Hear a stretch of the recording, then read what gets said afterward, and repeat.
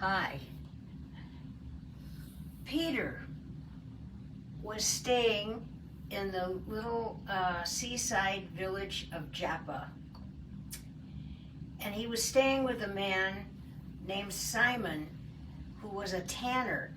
And I looked up what a tanner was, or is. And a tanner is someone who takes dead animals, cattle, sheep, whatever, and he dunks them in vats of chemicals, and then they take I call it a spoke shave, but a draw knife, and they take the hair off the hide of animals after they kill the animals and slaughter it. They take the hair off and dunk it in the lye, and they make things out of the leather. And this is what Simon was. He was a tanner. And leather shops years ago, I did some research on this, were known for being kind of stinky because not only of the boiling hides and the lye and stuff, but of the dead animals that they had to dispose of and everything. So it was kind of a stinky, smelly job. But Simon loved the Lord very much. Can't you imagine what the Pharisees would have thought of Simon? The Pharisees with their noses up in the air and they were rich and they had money and they didn't even want to touch anything, people that were unclean. Anyway, here's Simon the tanner. He's a mess. He's working in stinky stuff.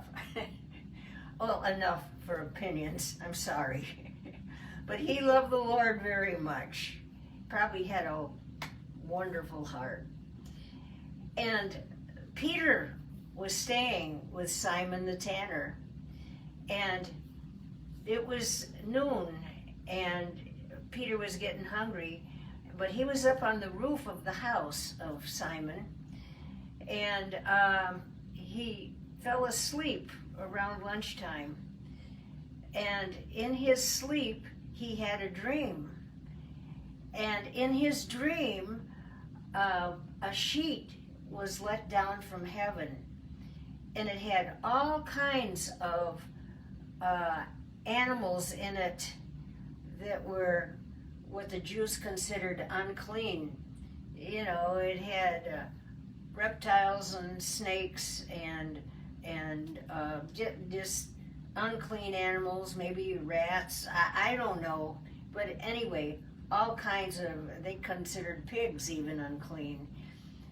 And then the voice in his dream said, Peter, rise and eat. And he said, oh, you gotta be kidding me. He said, Lord, you told us we're not to eat anything unclean.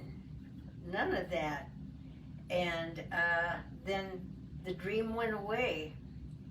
But the dream came 2 more times, and the Lord in his dream lowered a sheet with all these unclean animals in it again and said, rise and eat. And Peter said, no. Well, then, after the 3rd time of this happening, I guess maybe lunch was ready. And so Peter went down from the roof.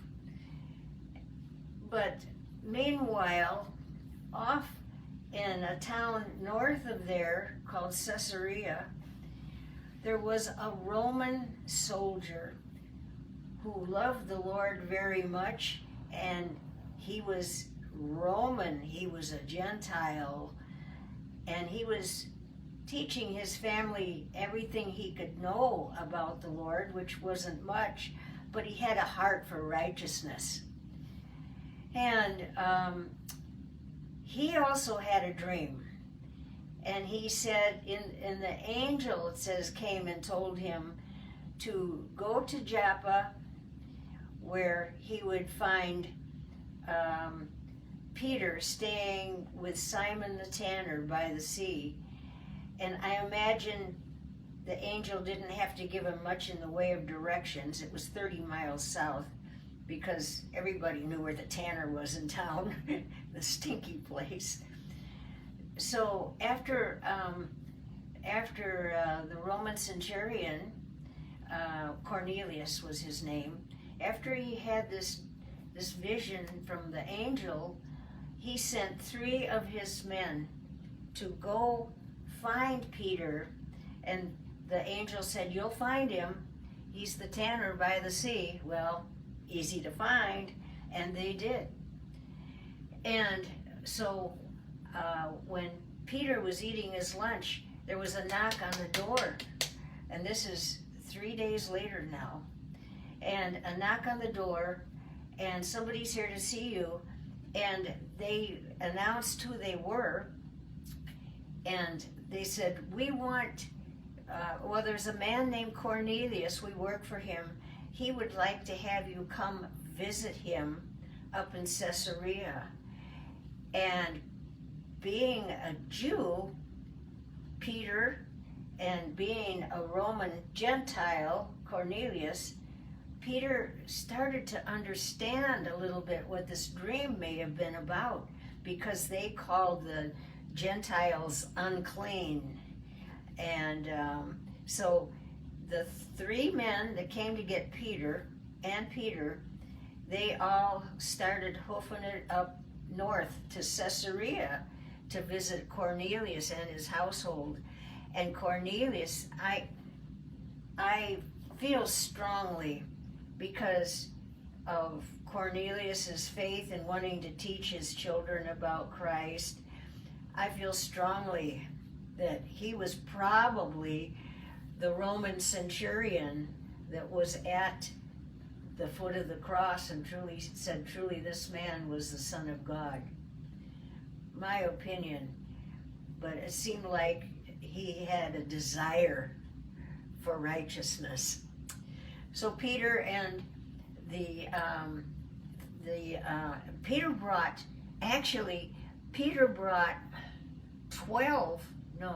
10, he brought some men with him who all were Jews and loved the Lord too. And Cornelius greeted them all. He was so happy they all came. He made a place for all of them to stay, and they heard the word of God, all about Jesus and his salvation and how he can change a heart and how he's coming again.